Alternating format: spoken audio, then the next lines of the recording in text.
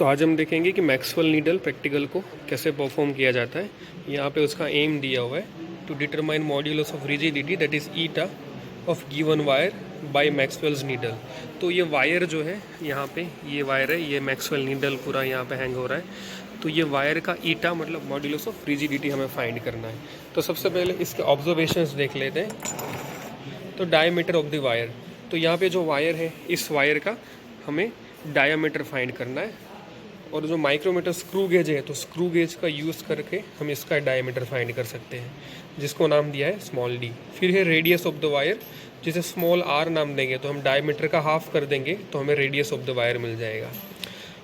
Third observation है mass of two hollow cylinders. तो यहाँ पर हमारे पास दो टाइप के सिलेंडर्स हैं। ये जो सिलेंडर्स हैं जिसके बीच में गैप होता है that is known as hollow cylinder.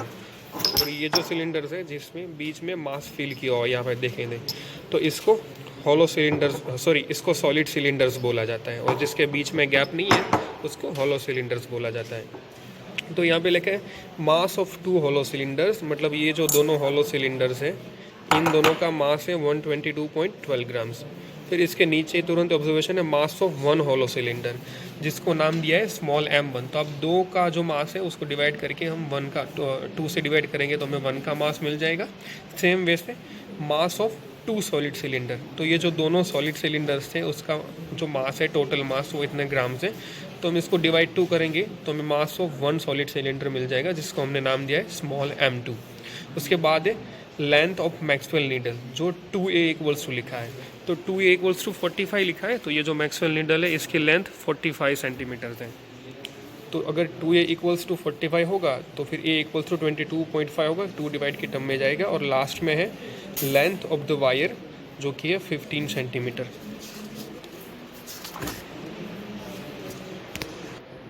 Okay, ये जो लेंथ ऑफ द वायर है 15 सेंटीमीटर, ये वाली लेंथ है जहाँ से मैक्सवेल नीडल को हैंग किया। तो ये जो लेंथ है ये 15 सेंटीमीटर है। इसको हम चेंज भी कर सकते हैं, 20 सेंटीमीटर्स ले सकते हैं, 25 सेंटीमीटर्स भी ले सकते हैं। तो ये L हो गया जो कि अभी के लिए 15 सेंटीमीटर है। ओके, तो ऑब्जर्वेशंस के बाद आगे ऑब्जर्वेशन टेबल पे मूव होते हैं। तो कुछ इस तरीके से टेबल है जहाँ पे हमारे पास फर्स्ट कॉलम है time for 5 oscillations when the solid cylinders are at in a position, मतलब कि 2 टाइप के हम रीडिंग लेंगे। ये दोनों जो कॉलम है इसको मार्क करेंगे। पहले एक बार जो मैक्सवेल नीडल है उसमें पोजीशन देख लेते हैं, कैसे पोजीशन सेट करते हैं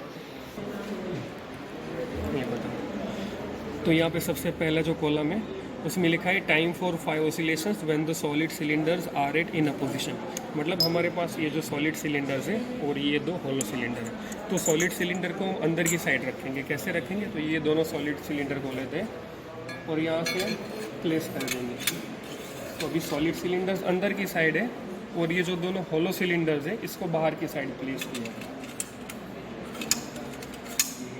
तो ये हमारी फर्स्ट पोजीशन होगी, जैसे कि यहाँ पे ऑब्जर्वेशन टेबल में हमने देखा कि time for 5 oscillations when the solid cylinders are at in a position. अब क्या करना है, हमें 5 ऑसिलेशंस लेने हैं। तो पहली बार हम रीडिंग 5 ऑसिलेशंस लेंगे तो हमें ये आंसर मिला है, मतलब इतने सेकंड्स मिलते हैं। तो ऑसिलेशंस कैसे लेंगे, पहले ये जो नीडल है ये भी फ्लक्चुएट हो रहा है तो इसको स्टेबल कर देना है। तो इसका सेंटर ऑफ मास यहाँ पे होता है, तो यहाँ पे आप हल्का सा इसको पकड़ेंगे तो ये स्मूथ हो जाएगा। और ज़रूरत हो यहाँ से भी थोड़ा इसको सपोर्ट दीजिए। देखिए अभी ये स्टेबल हो गया है। अभी बीच में से एक स्मूथ फिंगर रखेंगे और हल्का सा इसको धक्का दे देंगे, हल्का सा इसको धक्का दे देंगे तो ये ऑसिलेशन स्टार्ट हो चुके हैं। ऑसिलेशंस ज़्यादा नहीं बड़े लेने, इतने ऑसिलेशंस लेने, क्योंकि ऑसिलेशंस की जो मैक्सिमम लिमिट होती है वो 180 डिग्री होती है। तो 180 डिग्री से ऑसिलेशन बड़ा नहीं होना चाहिए और 1-2 ऑसिलेशन खाली जाएगा तो चलेगा। अब जैसे यहाँ से आएगा तो मैं मेरा ऑसिलेशन स्टार्ट करूँगा। Okay, start. तो अभी ये नीडल ऐसे जा रहा है और जाके वापस आएगा तो ऑसिलेशन 1 होगा, जाके वापस आएगा तो 2 ऑसिलेशंस हो। ऐसे 5 ऑसिलेशंस हमको लेने हैं। और जैसे ही हम ऑसिलेशन स्टार्ट करेंगे साथ में हम स्टॉप वॉच में टाइमर भी स्टार्ट करेंगे, क्योंकि हमें ये देखना है कि 5 ऑसिलेशंस के लिए कितना टाइम लगता है। तो देखिए ये जाके वापस आए तो 1 आया, 2, ऐसे करके 5 ऑसिलेशंस लिए। तो यहाँ पे मैंने पहली बार 5 ऑसिलेशन लिए तो उसके लिए जो टाइम लगा वो 57.19 सेकंड्स लगे। तो ये फर्स्ट के लिए, तो एक बार फर्स्ट का मिल गया, फिर इसको फिर से हम स्टेबल कर देंगे और ये चीज़ हमें 2 बार रिपीट करनी है ताकि एक्यूरेसी आए। तो इसको फिर से स्टेबल कर देंगे, तो ये नीडल अभी स्टेबल है। फिर से इसको यहाँ से हल्का सा पकड़ेंगे और यहाँ से थोड़ा सा धक्का दे देंगे, तो ये फिर से ऑसिलेट होने लगेगा। अगेन मैं बोलूँगा कि यहाँ से आएगा तो मैं स्टार्ट करूँगा मेरा ऑसिलेशन। Okay start. तो भी ये जब स्टार्ट बोलता हूँ तो साथ में आपको स्टॉप वॉच भी चालू करनी है। तो जाके वापस आएगा तो ऑसिलेशन 1, वापस आएगा 2, 3, 4, ऐसे 5 ऑसिलेशंस लेने हैं। और वो 5 ऑसिलेशन के लिए कितना टाइम लगता है सेकंड टाइम, तो मैंने यहाँ पे लिखा है जो कि 58.58, राइट। फिर से आप ये सेकंड टाइम मिल गया तो फिर से आप इसको मैक्सवेल नीडल को फिर से आप ऐसे करके स्टेबल कर देंगे और फिर तीसरी बार आप ऑसिलेशंस देंगे। इन शॉर्ट एक पोजीशन के लिए हम 3 बार अलग अलग रीडिंग लेते हैं ताकि हमें एक्यूरेसी आ जाए।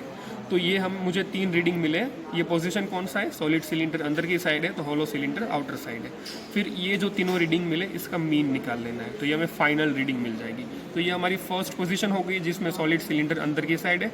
अब सेकंड पोजीशन में उल्टा कर देना है, सॉलिड सिलेंडर्स बाहर की साइड रहेंगे और हॉलो सिलेंडर्स अंदर की साइड रहेंगे। देखिए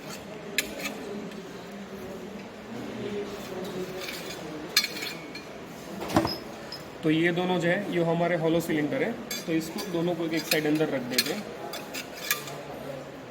और ये दोनों जो है ये सॉलिड सिलेंडर है, तो इसको बाहर की साइड रख देते हैं। तो ये सेकंड पोजीशन रेडी हो चुका है। इसको हम फिर से देखिए फ्लक्चुएट हो रहा है, तो इसको हम फिर से स्टेबल करेंगे और धीरे से हल्के से ऑसिलेशंस दे देंगे, तो भी ऑसिलेट हो रहा है। और ऑसिलेशंस एकदम अच्छे से ऐसे ही होना चाहिए। कभी कभी ये होता है कि ऑसिलेशंस के टाइम नीडल ऐसे फ्लक्चुएट होती है, तो ऐसे फ्लक्चुएट होते हुए ऑसिलेशन नहीं होने चाहिए। दूसरा, कभी कभी नीडल पूरे वायर पे ऐसे फ्लो होती है, तो ये भी नहीं होना चाहिए। एकदम अपने सेंटर ऑफ एक्सिस पे स्मूथली ऑसिलेट होना चाहिए। ओके, तो जैसे आगे सिखाया है वैसे देखिए इसमें when the solid cylinders are at outer position, मतलब सॉलिड सिलेंडर बाहर की साइड है, तो पहले 5 ऑसिलेशंस लेंगे, तो हमें ये आंसर मिला है जो कि 85 सेकंड्स लगे।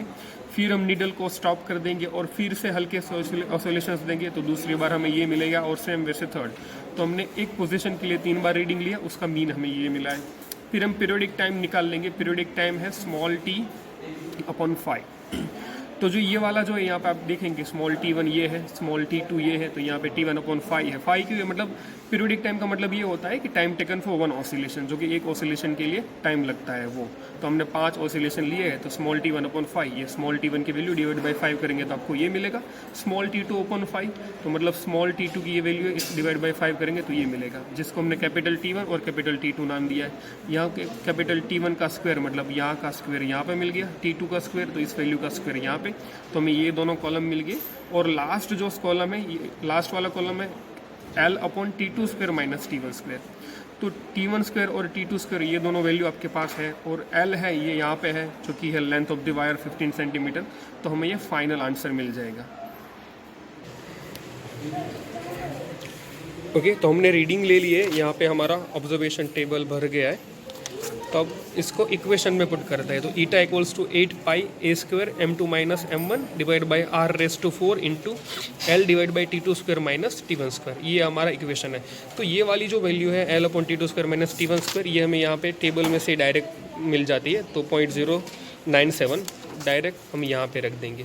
कि यहाँ पे ऑलरेडी रखा हो तो ऐसे रख भी सकते हैं, या फिर आप डायरेक्ट ऐसे पुट भी कर सकते हैं। 8 हमारे पास है, पाई ए की वैल्यू, ये जो भी वैल्यूज़ है ना, ए m2 m1 r4, ये सारे वैल्यूज़ यहाँ पे ऑब्जर्वेशंस में है। तो यहाँ से आप सारे वैल्यूज़ लेके इक्वेशन में पुट करिए।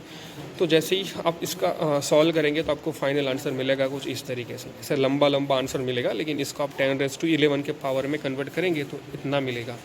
और ये जो ईटा है जिसको हम बोलते हैं मॉड्यूलस ऑफ रिजिडिटी, इसकी वैल्यू हमें इतनी मिलती है और उसका यूनिट है डाइन पर सेंटीमीटर स्क्वायर। तो रिजल्ट में हम ये लिखें कि modulus of rigidity of given wire, मतलब जो वायर है उसकी ईटा है वो इतनी है 8.1 × 10⁻11 डाइन पर सेंटीमीटर स्क्वायर।